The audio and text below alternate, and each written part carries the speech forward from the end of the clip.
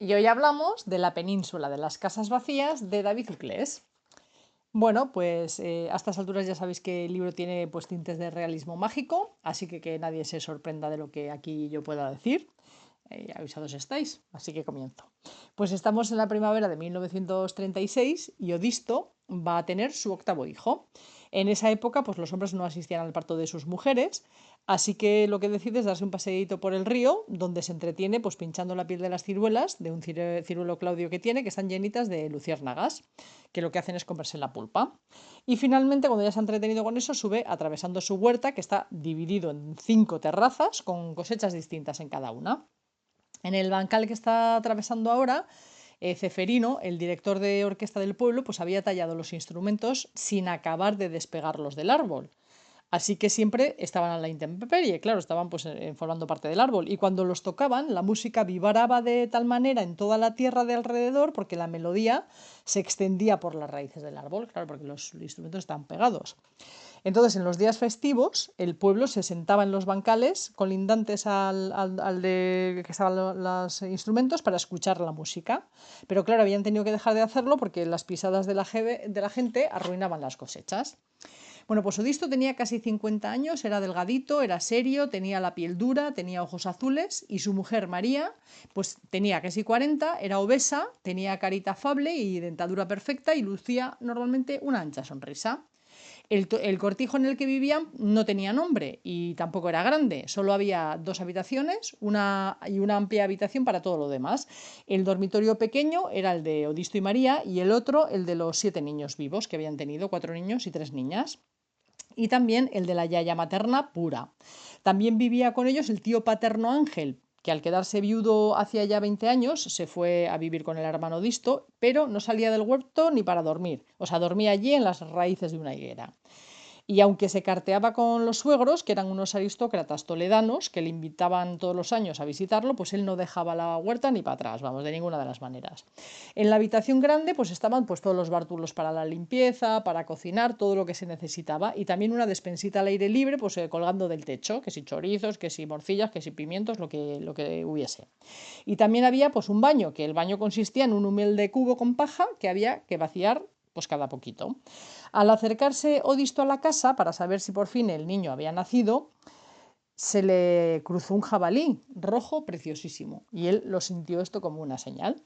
Bueno, pues Juliana la coneja era la vecina y además era prima de María, la mujer de Odisto.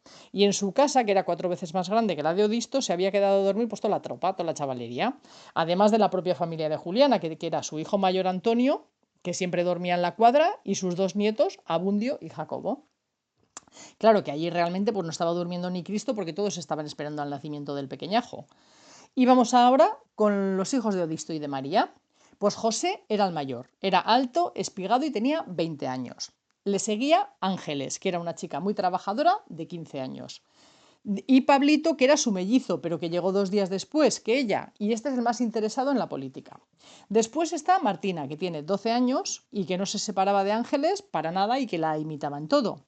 Luego viene Gonzalo, que tiene 11 años, el cabello muy rubio y la tez morena, igualito, igualito que Josito, que tiene 10 años y es ciego. Y ellos dos no se separan, o sea, es como su lazarillo.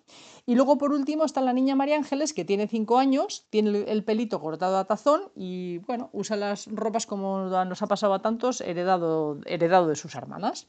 Bueno, pues José el mayor era inseparable de Jacobo, el nieto de la que hemos dicho, de Juliana la coneja. Juliana intentaba apaciguar a los chavales, pero claro, andaban revoloteando inquietos por la casa y revolviéndolo todo, abriendo cajones, metiéndose en armarios, bueno, haciendo pues lo que hacen los niños. La casa del alumbramiento pues estaba llena de velas, porque aunque la luz había llegado hacía 3 años al pueblo, Odisto no había querido ponerla en la casa. En el parto asistían María la partera y la abuela pura. A Martina, la niña de 12 años, le encantaba que viniese María la partera porque luego le llevaba jeringuillas vacías con las que ella se dedicaba a aterrar a los animales. Y también a Josito el ciego le gustaba mucho la partera. Y esa noche se había quedado escondido en la habitación del parto, pero en uno de los gritos de su madre salió de un salto de su escondite y la yaya pura pues le arreó un bofetón y le puso de patitas en la calle, vamos, porque le sacó más por la ventana, por la ventana le sacó. Bueno, pues al momento, de repente todas las velas se apagaron El bebé había nacido muerto, había fallecido poquito a poquito de salir del vientre de su madre. ¿Y qué ocurre? Pues que en Jaén a los niños muertos, a los niños que son menores de 6 meses y que no han sido bautizados, no reciben sepultura. Se les llevaba a un pozo, al pozo de San Vicente, que era una fosa común a la que solamente accedían las mujeres. Y allí, pum, los metían y aquí paz y después gloria. Bueno, pues Odisto después de esto las mujeres fueron a llevar al bebé allí y Odisto fue a la iglesia a dar parte del no nacido también y a pagar la misa que daría para ellos. Y después la familia entera se enlutó. Y la manera de enlutarse, pues pintaron de negro las hojas de los perales que estaban a la entrada del cortijo. Y no solamente eso, me mandaron llamar a un pintor y pintaron entera de negro la casa por dentro y por fuera. Los habitantes del pueblo pues pasaron para dar el pésame, tirando un hueso de cereza, que era la tradición, como un deseo de prosperidad para los nuevos frutos. Bueno, pues así pasaron varios meses hasta que el ánimo de la familia se recompuso y así pues llegamos un poco al verano del 36. Y bueno, conforme a las ideas de Odisto, voy a leer textualmente para que entendamos la ideología que tenía. Los de Odisto no eran de derechas ni de izquierdas, eran del árbol que más sombra les daba. ¿Que un ministro progresista prometía una desamortización que les daría más tierras y repartiría los bienes de manos muertas? Pues progresistas. ¿Que la república auguraba reformas agrarias y la modernización del campo? Pues republicanos. ¿Que el rey les prometía pan y oro regio? Pues monárquicos. Si no se mojaban más, no era por conveniencia, sino porque no sabían de política. El campo no les dejaba tiempo para instruirse en el mundo de la palabra. A Odisto, aquel universo oral le parecía muy combustible. Trabajando la tierra no se quemaba uno las manos. Bueno, pues antes de entrar en esto de la guerra, nos va a hablar el autor del papel, según él, del rey Alfonso XIII en la misma, en la guerra. Porque parece ser que le apodaban el africano, que obtuvo el poder a los 16 años, pero hacía tiempo que no tenía ya ni voz ni voto en el devenir del pueblo. Vamos, ni lo querían, ni lo apoyaban, y en fin, se había convertido en una figura ridiculizada. Como no podía salir de palacio, se dedicó a limpiar las lámparas del Palacio Real y a seguir con sus fornicaciones habituales, sin repetir mujer, eso sí, cada día quería una diferente, así que había que buscar las mismas, maquilladas, para que él no se diese cuenta. Pero como los aires corrían antimonárquicos en el país y su vida pues corría peligro, huyó al extranjero. Huyó al extranjero el mismo día de la instauración de la Segunda República, que se llamaba La Niña Bonita, y nunca más volvió al país. Y murió solo. Vivió en una sucesión de hoteles europeos hasta fincarse en uno de Italia, donde donde dice el autor que intercedió ante Mussolini para que el bando sublevado tuviese armas y apoyos militares italianos, aunque claro, públicamente lo que decía era que no apoyaba ningún bando y que él estaba por el pueblo y pli pli bla bla. Bueno, la Iglesia, que era el otro pilar histórico, se manifestaba al lado de los latifundistas y poderosos y callaba ante la barbarie. Y el pueblo pues estaba dividido en múltiples bloques, como siempre, que si los cenetistas, que si los progresistas, que si los republicanos, en fin, lo de siempre. Pues los primeros años de la República pues trajeron mucha alegría a los más desfavorecidos, pero claro, la frustración de los conservadores pronto acabaría con ella. Y ahora, pues vamos a volver a la familia. El luto terminaba cuando la última hoja del peral quedaba limpia. Ya sabéis que habían pintado las hojas de los perales de negro, pues cuando quedaba ya la última limpia con las lluvias y tal y cual, ya se acababa el luto, y eso ocurrió en junio. Y a la vez el vecino Adelardo debía ir a Córdoba a operarse. Y entonces los de Odisto se encargaron de la recogida de las brevas del vecino. Y lo hicieron a cambio de que podían cogerse todas las caídas en el suelo para ellos. Porque, ¿qué hacían? Pues con ellas hacían como un zumito que luego vendían a muy buen precio. Y con el dinero que obtenían de esos zumitos vendidos compraban pues porrones, mantas y carbón en Galicia y en Portugal, y luego las vendían en el pueblo teniendo grandes beneficios. Hacían este negociete circular. Pues ese trabajo del zumo de las brevas también habían decidido que iban a dejarlo en cuanto las hijas fuesen mayores, porque Odisto tenía previsto enviarlas a Navarra a trabajar en las conservas y luego a Francia a la vendimia, y luego que de vuelta estuviesen en casa en otoño para la recogida de la aceituna, que era la campaña mayor. El trabajo pues en la tierra, como todos sabemos, nunca se acaba, y la gran huerta de la familia pues era ultra fértil, o sea que bueno. La habían comprado 50 años atrás este pedazo de huerta Jorge, el padre de Odisto, que ganó su dinero cazando sanguijuelas en Madrid, porque resulta que eran en aquellos años muy apreciadas en medicina y se pagaban muy muy bien. En Aranjuez este hombre, este Jorge, conoció a Alfonso XII y bueno, ahí le empezó a entrar una pequeña estima por el mundo monárquico. Y el día que murió Alfonso XII, pues él decidió volverse al pueblo a comerciar con el correo y el pescado fresco que traía de un pueblo al lado que se llamaba Mágina. Bueno, pues con el tiempo se hizo un dinerito, se compró la huerta más grande que había en el pueblo y comenzó a trabajarla a su hijo hasta el día de hoy, hasta el año 1936, porque él seguía haciendo los negocios de ir y venir. En la tierra no le gustaba tanto, pero bueno, pues como a Disto le gustó, pues él se encargó de la huerta. La última celebración antes de la guerra fue la de la procesión del Corpus Christi. El cura en esa ocasión anunció la nueva ascensión y la ascensión se trataba de una carrera de todo el pueblo a la cumbre del Cerro de la Magdalena. Recordemos que esto tiene, ahora voy a hacer una lecturita, recordemos los tintes de realismo mágico de la novela, porque ahora voy a leer. Es que esto es un poco graciosito.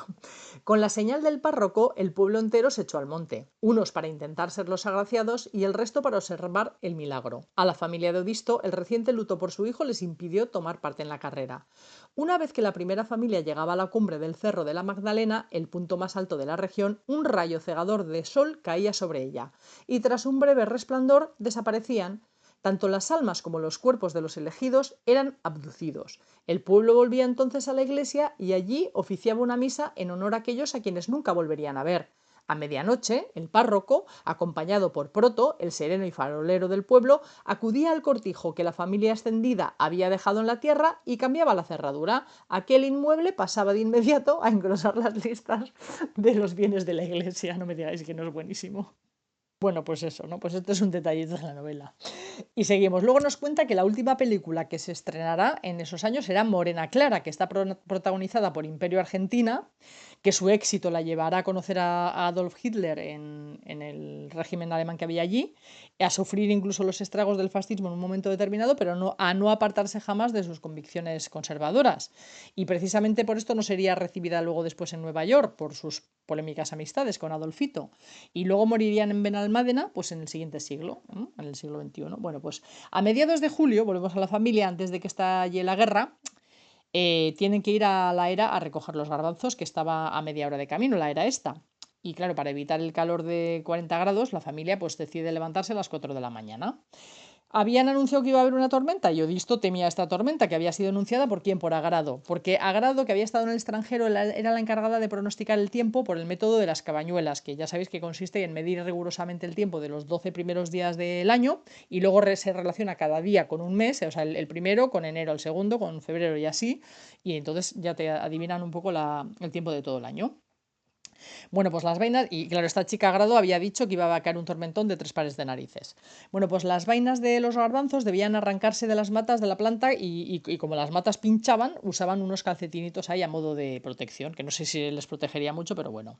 A Odisto, además de su familia, le acompañaban en esto de los garbanzos su hermano Felipe con su mujer, que era una prima hermana y que era la tuerta Crisanta, y sus hijos. Víctor, uno que tenía una discapacidad, porque ya sabían ellos que entre primos no era muy bueno casarse, y luego Manola y Antonio. Pues el agua ascendió hacia el cielo, dejando la tierra seca. Y volvemos al realismo mágico, claro. El pueblo entero sintió la absorción. El botijo de Agustino se vació de golpe mientras su dueño intentaba beber. Los pies de Aniceta dejaron de flotar en los 2 barreños donde los tenía metidos, agrietándosele de nuevo. Bartolo emitió un grito ahogado al no saber si se había tragado la solución química que debía escupir tras gargarear. La ausencia repentina del jugo de varios botes de conserva transformó las ciruelas en uvas pasas. Las lágrimas de las vírgenes de las 2 iglesias desaparecieron. Las frutas se abrieron en 2. Los obesos perdieron los líquidos acumulados, entre ellos María, la mujer de Odisto, que recuperó la lozanía y pudo volver a caminar. No me digáis. Me meo. Bueno, pues eso, pues empezó a llover. Y como estaban un poquitito, y como estaban más cerca de la era que de casa, pues Odisto dijo, bueno, vamos a seguir adelante que estamos más cerca de allá. Bueno, y ahora hacemos un impasse. Eva, que es la hermana de María, la mujer de Odisto, era la agorera del pueblo. Y en ese mismo momento iba a anunciar en su callejón, porque es que esta mujer salía a su callejón, no se movía de ahí, y tú tenías que ir a visitarla si querías escuchar algo. Ella hablaba cuando tenía el mensaje y si no, pues no hablaba. O sea, que no es que había unas horas donde ella decía y tal. O sea, que ella estaba en su callejón y iba a anunciar el golpe de estado que acababa de fraguarse.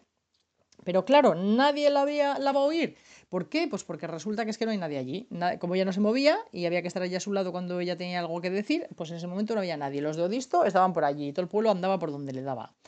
Entonces, claro, ¿qué pasa? Que Calvo Sotelo había muerto herido de bala y los conservadores que todavía dudaban se habían ya decidido por fin a sumarse a la sublevación del general Mola.